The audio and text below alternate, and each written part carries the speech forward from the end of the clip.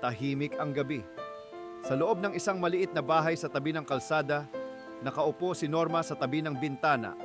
Hinihintay ang pagdating ng asawa niyang si Roger, isang sundalong matagal nang nakadeploy sa Mindanao. Mahigit isang taon na rin mula nang huli silang nagkasama. At sa mga liham nitong dumarating paminsan-minsan, tanging mga pangakong, "Uuwi rin ako," mahal ang paulit-ulit na sinasambit. Ngunit isang gabi, dumating si Roger. Tahimik at wala itong kibo. Kahit yakap ay wala. Wala ring halik. Parang may daladalang bigat sa katawan. Tinanggap ni Norma ang katahimikan, bagaman daman niyang may itinatago ito. Hindi niya itinuloy ang pagtatanong. Ang mahalaga, narito na siya. Buo ulit sila. Paglipas ng ilang buwan, nalaman ni Norma na siya'y buntis. Napaiyak siya sa tuwa. Matagal na nilang pinapangarap magkaanak. Sa kanyang isipan, ito na ang simula ng panibagong yugto. Isang masayang pamilya, isang buong tahanan. Ngunit unti-unting napalitan ang saya ng alinlangan. Madalas siyang nilalagnat. Napapansin niya ring mabilis siyang mapagod. Isang araw, habang nagpapa-check up sa health center, ipinayo ng nurse na sumailalim siya sa ilang pagsusuri. Kabilang na ang HIV test, isang routine para sa mga buntis. Nag-alinlangan siya, pero kalaunan ay pumayag na rin. Hindi naman siya natatakot. Mahal siya ni Roger at alam niyang tapat ito sa kanya.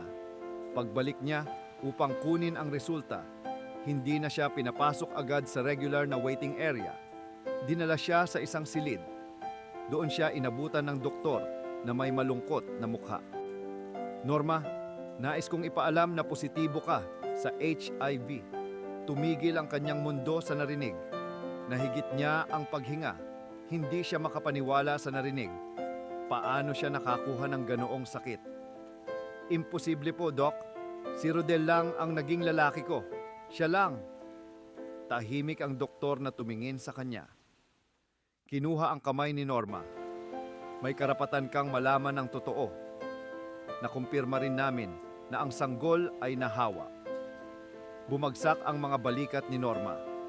Ang mga mata niya ay nanlalabo habang bumabalik sa alaala ang malamig na tingin ni Roger noong siya'y dumating.